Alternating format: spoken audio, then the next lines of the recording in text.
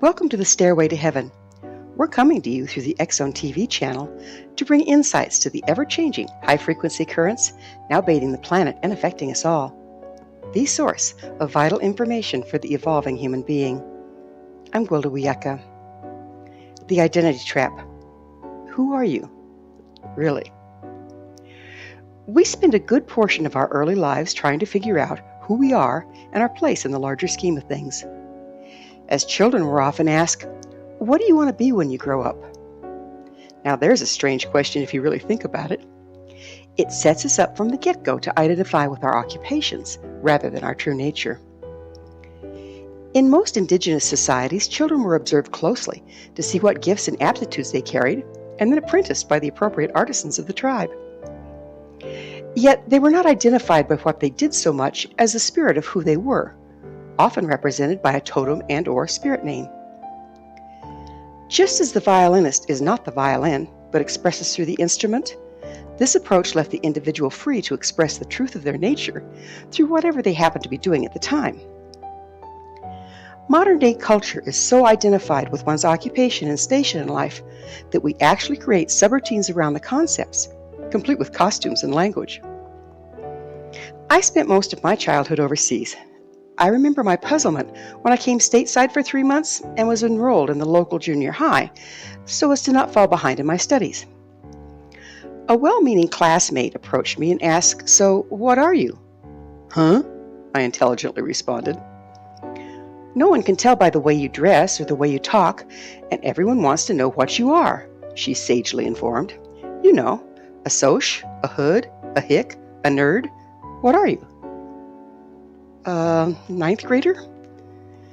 I soon discovered that with no identity, I had no place to fit in. It was a very long 3 months. While at the time I sure could have used an identity complete with rules, mores, costumes, and language, over the years the lack thereof has served me well. Historically, subcultures such as occupations, religions, and so on provide a safe container to operate and relate from. Now, however, everything's changing so rapidly, these identities become a trap, restricting our mobility, worldview, and ability to adapt to change.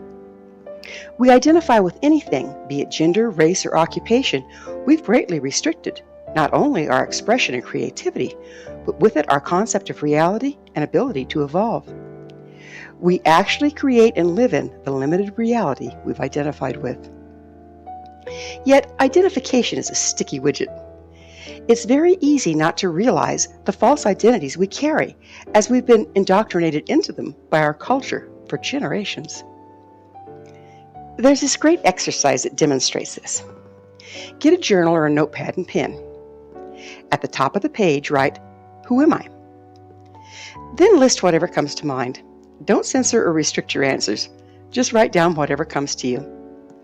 This is very much like free association and accesses our subconscious beliefs. The list will most likely be quite long. I had one student who was shocked when the first thing she wrote was "pissed off." Nothing is taboo and everything's useful. Next, examine your list. Start at the top and work with each item in turn. It'll go like this. Who am I? I'm Gwilda. No, that's the name my mother and father gave me. Who am I?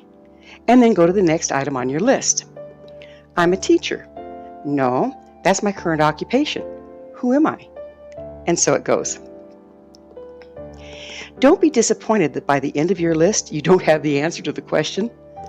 More importantly, this introspective exercise points out who you thought you were that you're really not.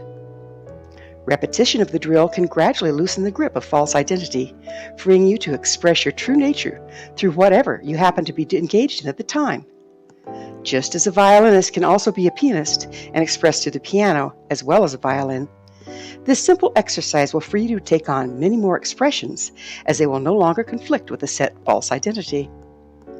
With repetition and introspection, eventually you'll be freed up to transcend identity altogether and become the magnificent multidimensional being of light that is your birthright.